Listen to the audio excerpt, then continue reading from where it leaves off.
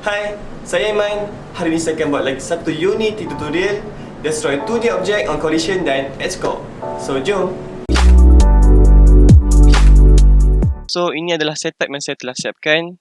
Pada tutorial kali ini, kita akan belajar apabila berlaku perlanggaran ataupun collision di antara player dan coin.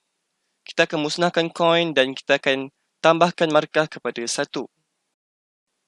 So, first of all, pastikan player anda mempunyai 2D collider dan di dalam objek coin juga tambahkan 2D collider yang bersesuaian dan tikkan is trigger. Seterusnya, duplikatkan coin objek anda dan susunkan mengikut kesesuaian game anda.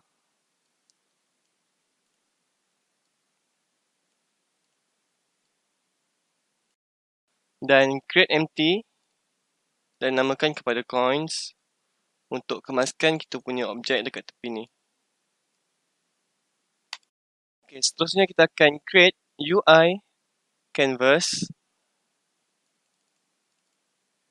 dan di dalam canvas create UI text. Kita tukar teks kepada 0 dan font size kepada 50 dan kita akan setting dia punya position dekat rect transform, klik dan tekan alternative key top right. Okay, dan besarkan dia punya size. Okay, sekarang kita akan create new script dan namakan kepada score and open the script.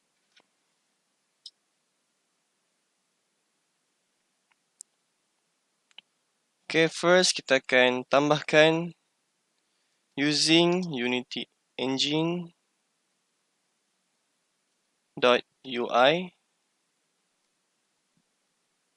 disebabkan kita akan guna UI punya variable dan variable baru public text score text dan integer score dan kita akan buat function baru void on trigger enter 2D dalam kurungan collider 2D collision dan if collision dot game object dot compare tag dalam kurungan coin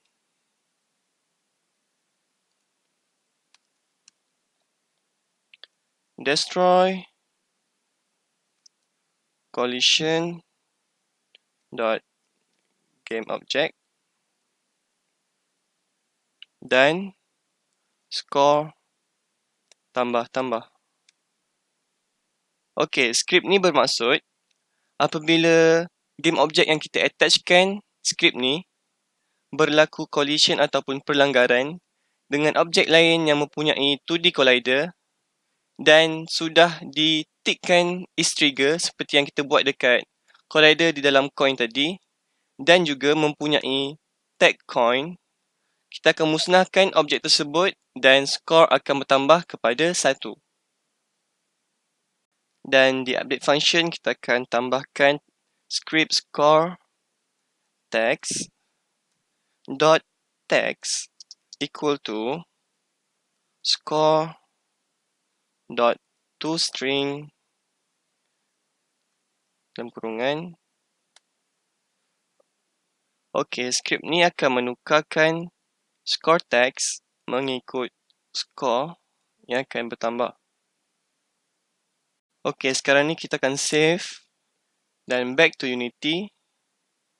Dan di player object, kita akan tarikkan script score ke dalam player object.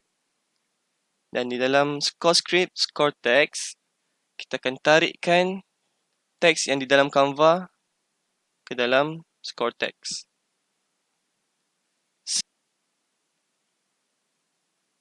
Okey. Kita lupa satu benda. kita tak masukkan tag coin ke dalam coin.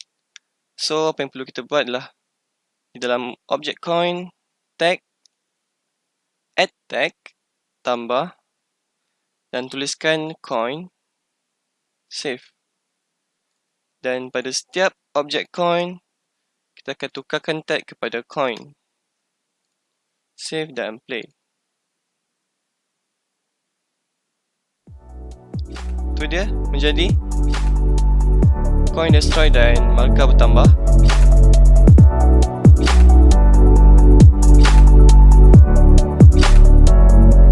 So, itu saja untuk video tutorial kali ini. Kalau anda ada sebarang pertanyaan, anda boleh tinggalkan komen di bawah ataupun teruskan email kepada kami. Terima kasih kerana menonton. Jangan lupa like, share dan subscribe untuk mendapatkan info dan update video-video terkini. Jumpa anda di video seterusnya.